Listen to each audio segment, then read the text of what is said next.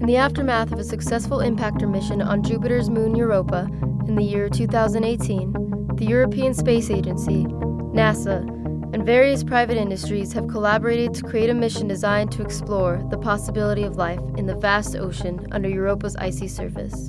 They have called this mission Project Leben. With the discovery of a subsurface ocean spanning the entire moon, scientists are optimistic on the chances of life existing on the stellar body.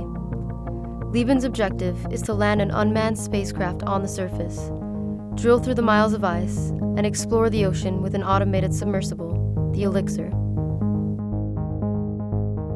The Athene lander will be capable of landing on Europa's surface with a full payload, including a massive drill unit, 5 miles of tether line, and the submersible used to explore the ocean. The thermal drill, which uses heat to melt through the ice, can dig a path down to the watery depths, carrying the submersible with it.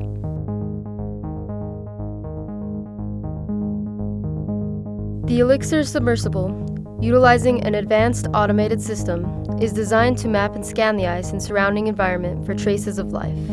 All of these assets will be carried to Europa by the Leben spacecraft, which will orbit the moon, relaying information to mission control, back on Earth. The new Kolner rocket, commissioned by the ESA, is capable of launching payloads heavier than even the Saturn V from the Apollo program, and will send the Leben spacecraft out of Earth's atmosphere and on its way to Europa.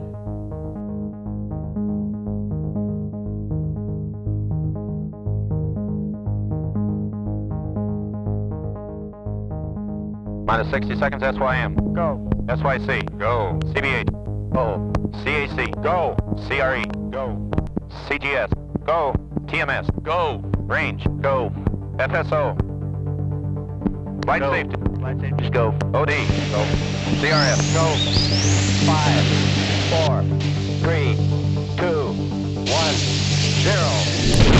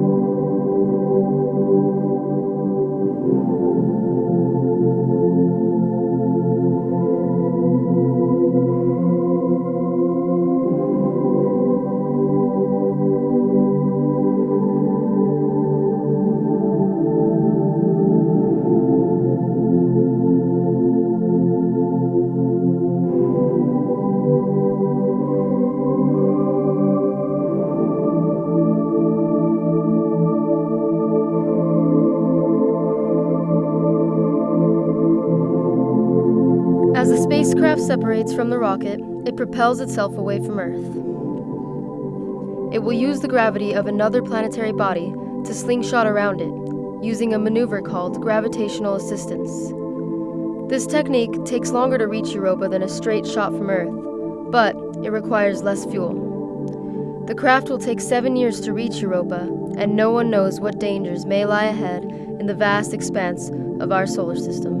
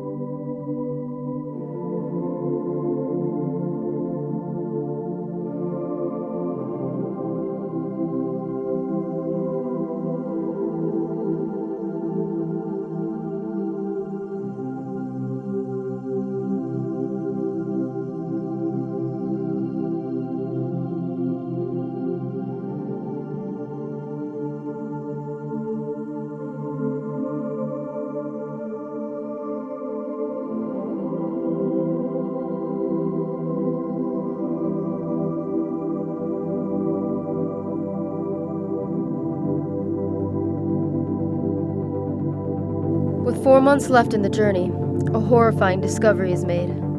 A comet has been pulled out of the outlying Kuiper belt by Jupiter and crushed by its immense gravity.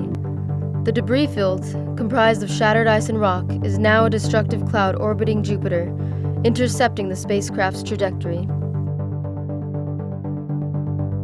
Mission Control back on Earth has been scrambling to come up with a plan to save the mission before it is ripped to pieces by the comet's debris.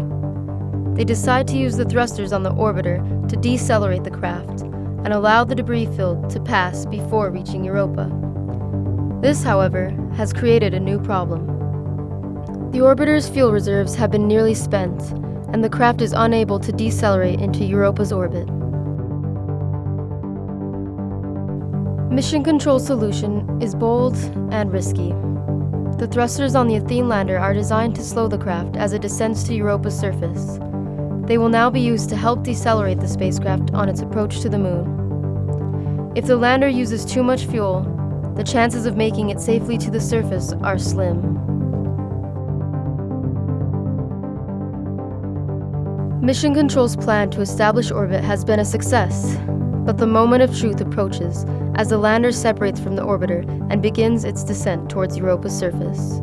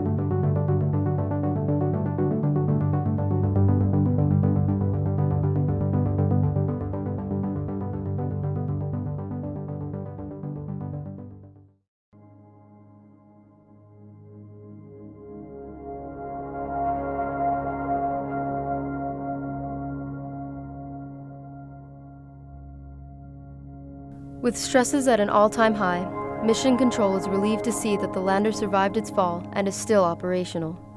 This relief, however, is tempered with some disappointment as the team discovers that the lander rests at an angle near a crevice, miles away from the target destination, making drilling hazardous.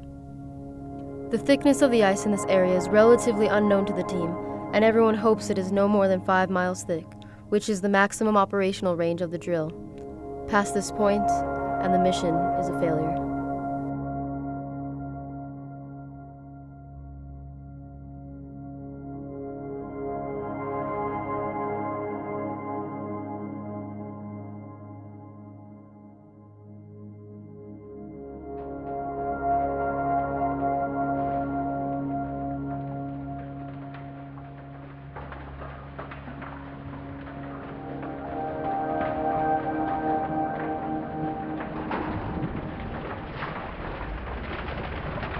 To the control specialist's astonishment, the ice in the landing area is only 2 miles thick. After successfully breaching the ice, the Elixir submersible is deployed from the drill and begins scanning for traces of life. After days of searching, there is unfortunately negative results. Sonar emitted from the submersible indicates that the ocean floor is within the sub's operational range, and Mission Control eagerly reconditions the sub to dive deeper into Europa's abyss.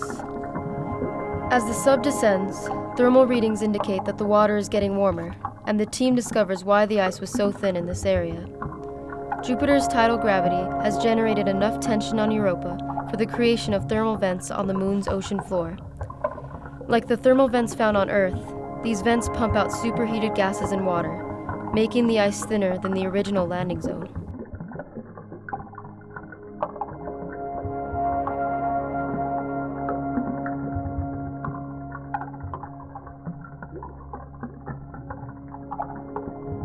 The sub approaches the vents, collecting water samples as it travels. The results prove negative for traces of life, but the team is still optimistic. The team had hoped to find simple, single-celled lifeforms, but their expectations were wildly exceeded. The area around the vents is covered with multi-celled organisms. They are similar to tube worms found on the bottom of Earth's oceans. These worms gain nourishment from bacteria and chemicals found in the sediment around the thermal vents and do not require sunlight.